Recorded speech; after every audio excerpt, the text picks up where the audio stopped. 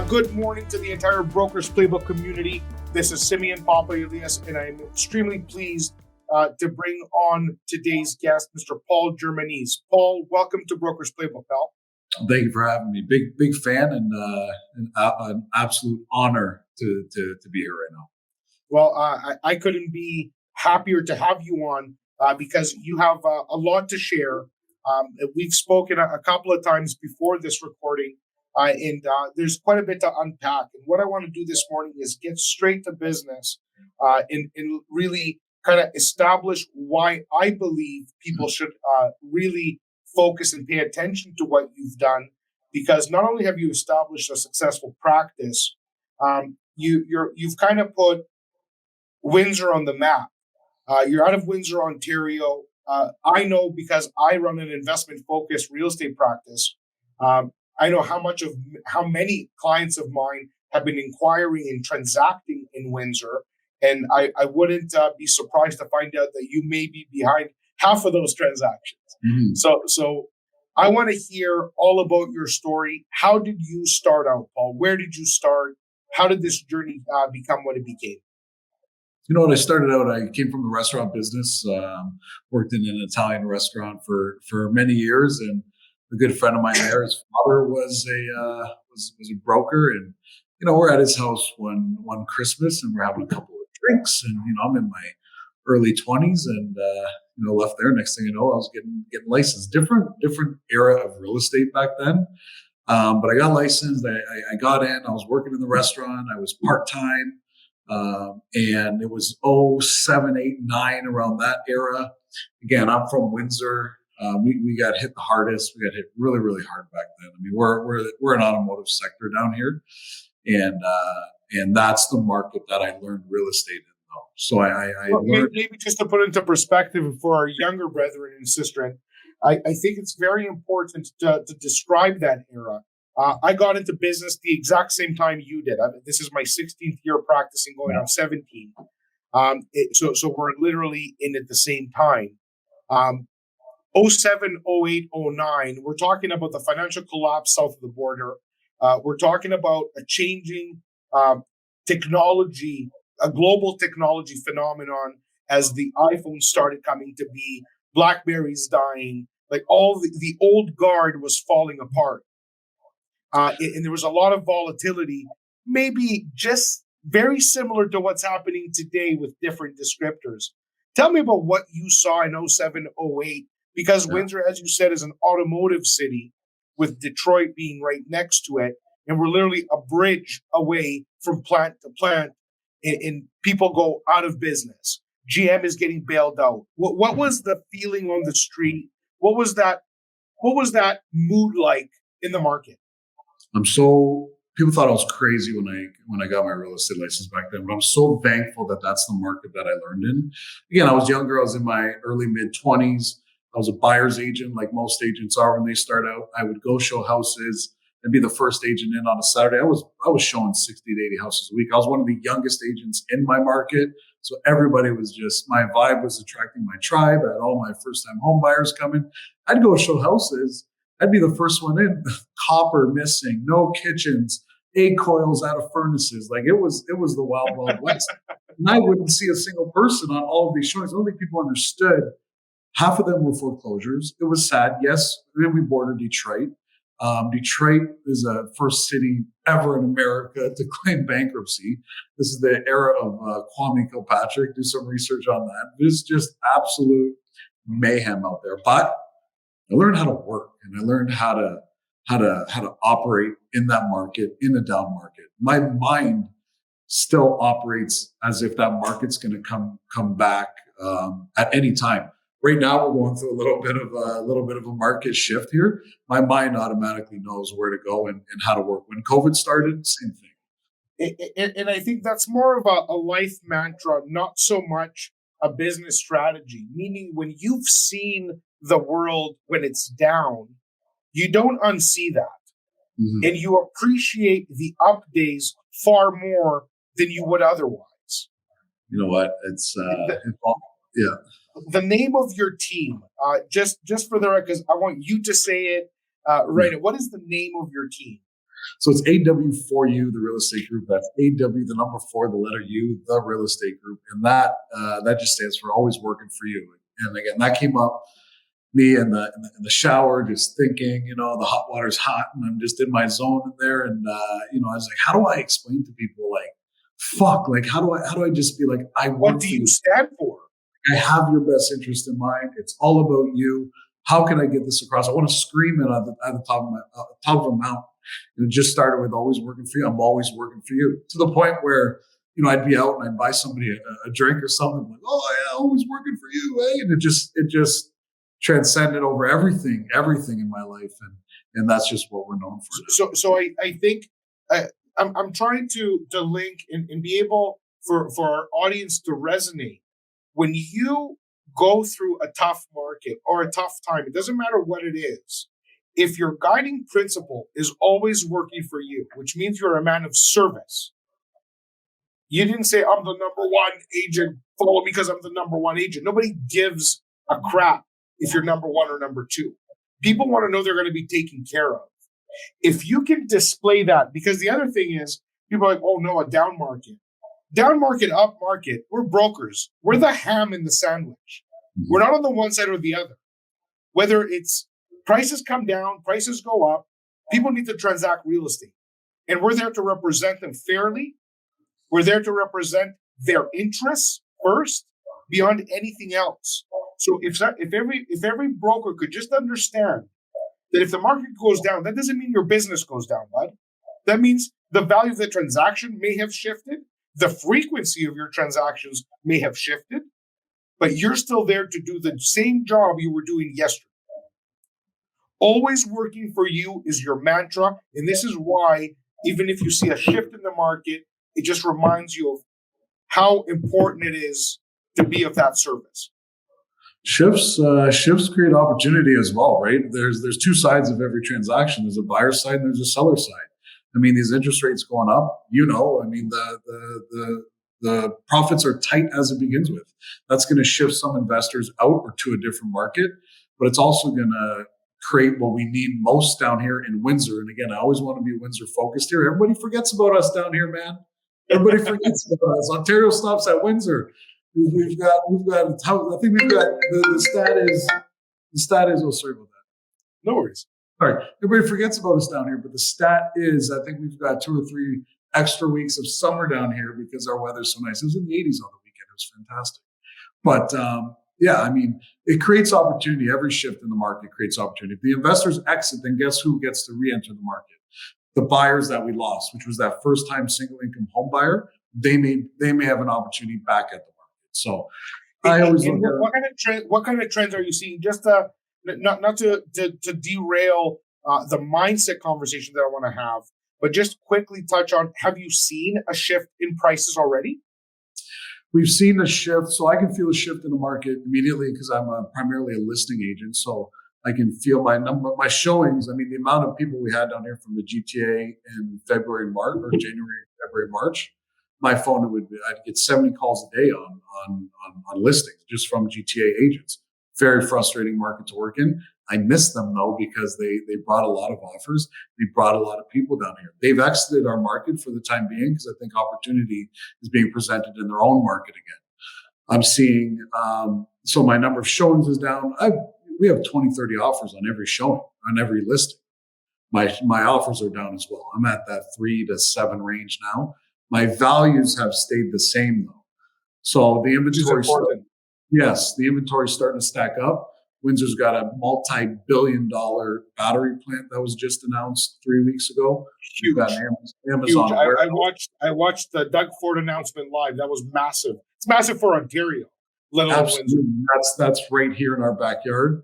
We've got Amazon that just announced last week that they're building a warehouse here. We've got a brand new international bridge crossing that's being constructed currently to match the one that we already have. The 2 towers are already up. That's going to be the biggest economic impact for us because logistics and trucking and that whole industry, we have the biggest international crossing in North America in Windsor, Detroit. Now we're building another bridge strictly for that. The logistics and the money saving on these companies is going to be massive. And the spinoff on that is going to be huge. And We got a mega hospital coming as well. So the future is bright here in Windsor. Don't forget about us. We're doing a lot of business down here. We're doing a crazy amount of business. We've had a 40% gain in our market since last year. That's absolutely incredible. It's actually one of the hottest markets in Ontario. Absolutely. Which brings me back to mindset and journey. You're a 15-year vet today. You were a 14-year vet last year. Let's go back 10 years. Sure. Year 5 in real estate. You're obviously a very intense man from both your tone, your manner, in the way your outlook on getting business. So that's something I see right at the forefront, which I respect dearly. Tell me a little bit about success is mounting. You're getting results. It's year 5. At which point were you forced to get into a team environment where you had to be a leader? Were you a born leader? How do you see yourself when you look in the mirror? At which point in the journey did you have that shift, and how did you execute on it? I was forced or organically this had to happen because I was at a stage in life. My oldest daughter is 9. I've got a 9-year-old, a 7-year-old, and a 4-year-old.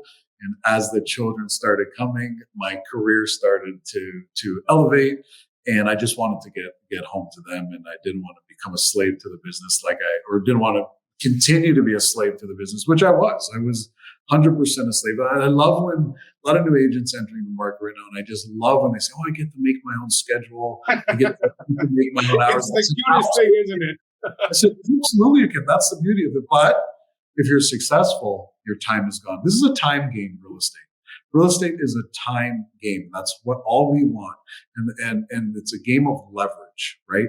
I've realized I didn't want to be a leader, but I realized as I hired people, my process got better, my service got better, and I was able to free up some time as well. I love hiring people. I'm not scared to hire anybody. So back then I was in a parking lot, and the first agent that joined me was Agent Chris Toldo. And I just pulled over one day and I was like, listen, I'm drowning here. I'm in jail. I need help. Do you know who I am? Do you want to be a cellmate with me? Which is what it was at that time. And we did it. He's still with me. He's his own agent now. He's definitely learned through the hard way. I'm not sure if I would do that to another person, but that's what it took. So definitely not a born leader. I mean, I find leading sometimes not a struggle, but I like my downtime. I like my alone time, and but it is what it is. You can see behind me, there's 10 of us here now, and no matter what's going on in my life, I gotta open the doors and lead this team. And how are you finding you personally? How do you find, or where do you draw the energy to lead today, the energy to lead tomorrow? As one of the questions that I very often get is, where does it end? Where does it start? Like a lot of us, and I'm talking about now going back to very senior people, it does get to be a lot. And some days are tougher than others, just like some days are much easier than others. Where do you draw your perseverance from? Where do you get the energy to say, I'm going to rock out again today and I'm going to kill tomorrow? Where do you draw that from? It's that fire. I'm 15, 16 years in, and congrats to you on entry and all of that. I mean, I feel like I'm day one. Like I don't know. I think you gotta have that fire inside you, and it's not for everybody. I've had agents where it's just like, where's that fire? It's either you have it or you don't. My fire inside me, again, everybody I sit down with is the job description is you must stay passionate, you must stay inspired. That's the job description. Whatever that looks like for you, go figure that out, and I'll be here to support that. But it boils down to the person and that fire. I'm 16 years in. I'm fucking day one right now. I look at your setup and talking to you. I'm like, this is where I want to go. This is what I'm striving to do. Right. I'm a realtor's realtor, man. I look at other people in my market and other markets. I look at, listen, chairman to chairman. There's a Royal LePage vibe here right now. You know what I mean? You know what it takes to get there. I look at you guys. I know your fucking numbers. It's unbelievable. I'd love to get there. I'm sitting down here in Windsor cranking out, 250, 280 deals. And I'm looking at you guys. I'm like, wow, but it's the media part too that I just strive to be. So that inspires me. That's passion. I see your guys' passion. That fires me up. But if you don't have that fire, sorry, you're fucked. Yeah. So I'm gonna just a comment to that, because I agree wholeheartedly. Is I don't know. So I've been asked the same question, and you were not able to give me a clean answer, one that somebody can take into their practice. And unfortunately, I don't have the words either, because I've tried. So you describe it as fire. I describe it as hardwired in your DNA. We're saying the same thing. We're not able, though, to give somebody maybe a point to be inspired by or direction on how to do it. Not that we owe anybody a therapy session, but what I want to do on this podcast is be able to find the words as to maybe some of the back drivers as to what causes that fire. What is it in our lives? Because I see the world, we're extremely similar, which I don't typically always like. Like when I say we're similar, like it's almost a carbon copy. I come from the restaurant industry. I grew up in service. I'm an extremely intense and pumped individual. Like I don't need to have coffee to wake up. Like I'm already freaking out when I open my eyes. I'm freaking out. So we have extreme similarities in that, and I'm focusing a lot on that 5 to 8 year agent right now and their journeys, because I find, just like myself, perhaps just like yourself, that's where the biggest change happens. People don't realize that it takes 5 years to build a business, no matter what. I don't give a shit who you are. I've seen nobody be consistent or know their job well in less than 5 years. I did a couple 100,000 my first year, but that doesn't mean I knew what I was doing. I was just intense, freaking out, trying to find transactions by hook, by crook. I did it. But that was not the man who I am today. After thousands of transactions, or at 5 years, hundreds of transactions, you're a different person. 100%. I remember doing 100 deals on my own without DocuSign. There you go. That is true. I got to go get a counter offer here. So technology has definitely allowed us to. I've talked about this before. I remember the days me and Jazz were in separate ends of the city, and the GTA is a big place. Like literally, we're an hour apart. It's 11:30. I was at a Red Lobster at Yonge and Finch. He was somewhere in the West End. We both did a deal that night. I was like, "Where are you at?" It's 11:45. The client just left. Just finished having a drink, and we're just exhausted, like just drained. And he had wanted multiples, and I think the transaction was actually one of his best friends' place that he bought, and he had to fight and telling his boy, like, you just got to come up, and like just all the things. And you remember, we were at a point then, like I'm talking 7 a.m. We'd meet at the gym. And 8 o'clock would be at the office. And here you go, it's midnight, and we still haven't seen outside of the business. So when you were talking about being a slave to the business and all those things, like that really resonates with me, because I've eaten those shit sandwiches for years. Do you remember that moment though? Like I remember driving in my gold Neon that my grandmother gave me. And I'm going and doing deals. I think I listed a product, then I got an accepted offer, and then something else happened, and I was just driving, and I was just like, holy shit, I'm doing it. I feel like I'm doing this. It's happening.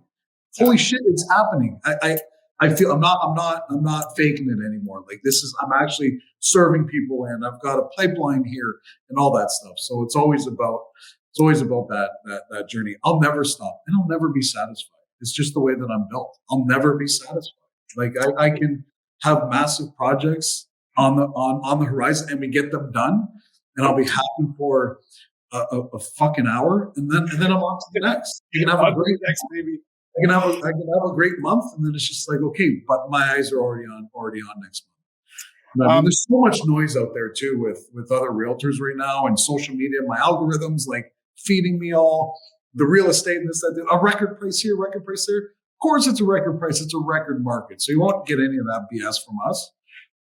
But, I'm just fired up, man. This is the best business in the world.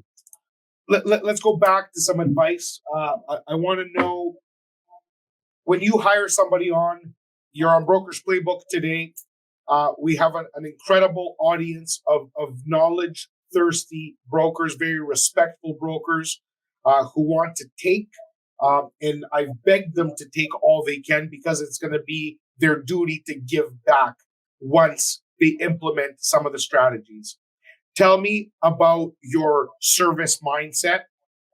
Tell me, why is it important that you tell your client? Because I tell my clients, I don't give a shit what they think of me. Oh, sorry, so happy to see you, Simon, acting. Because of all the media, it kind of changes the dynamic. I remind them who the client is and who owes what duty to who. Absolutely. In person, every time I look at them in the eyes, don't you ever speak to me if I have time for you. Yeah. Or else go find somebody else. If you don't think I have time for you, you don't know me.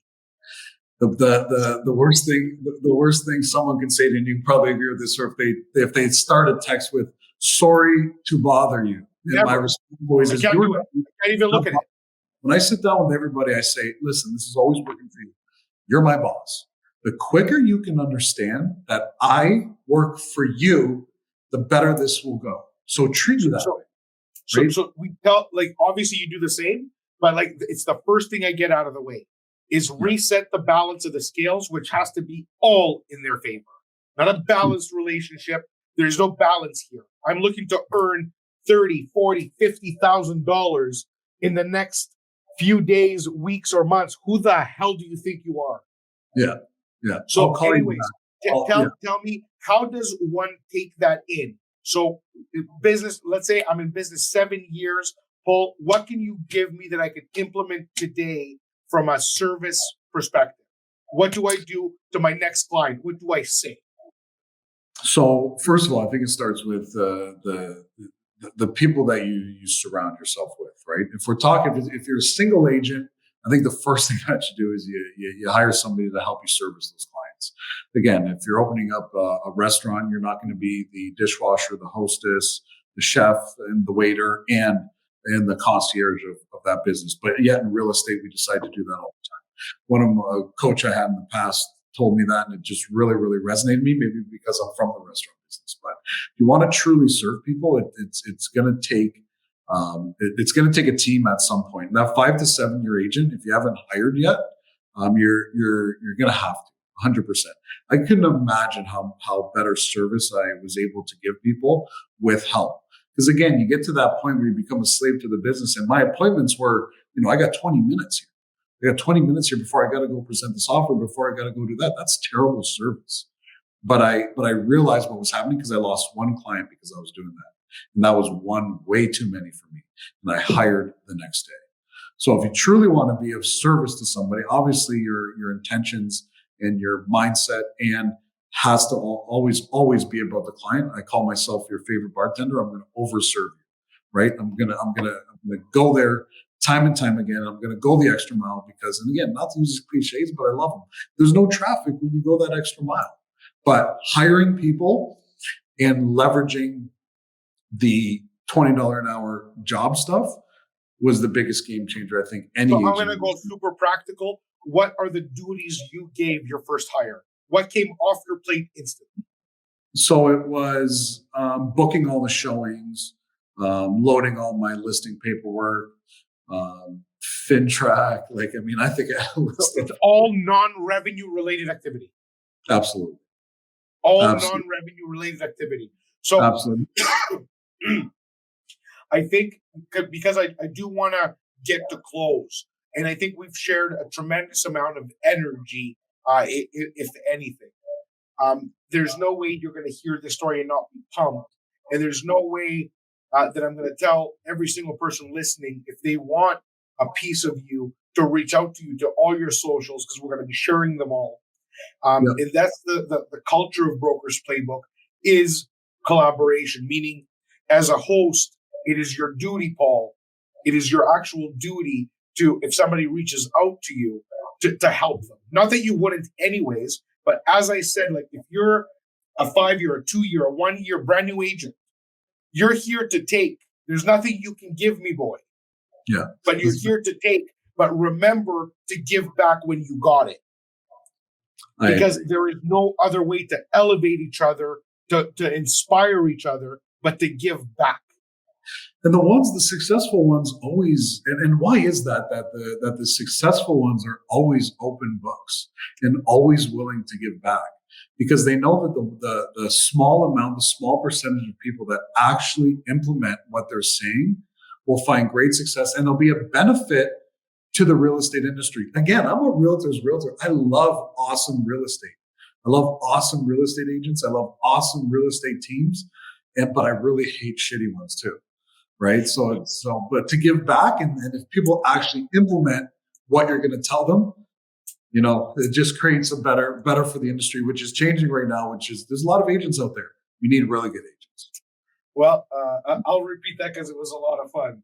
So both Paul and I love great real estate agents, but I can tell you without a doubt that we both hate shitty ones. So if there's one thing you take away today, is don't be a shitty broker, because we ain't going to like you. Be a great broker and join the ranks of the elite in real estate. You're going to have a truckload more fun by sticking to your guns of integrity and service to your client. Paul, I want to thank you so much for your time with me this morning. I couldn't appreciate it more, my man. Absolutely. It's always fun and great to see you. And don't forget about Windsor down here. The 401 stops at Windsor, baby. Not only will I not forget about Windsor, I'm going to definitely try to line up an in-person meet soon. And there's no doubt that I'll have you back over the next little while here. Paul, thanks again. I appreciate you, pal. To our amazing audience, thank you for tuning in. We hope that both Paul and I brought you value. In your time is ultra valuable, and thank you for choosing to spend some time with us. For any and all questions, reach out to any of our socials, hit the website brokersplaybook.com, and get in touch with anything you need. Until next time, we'll see you soon.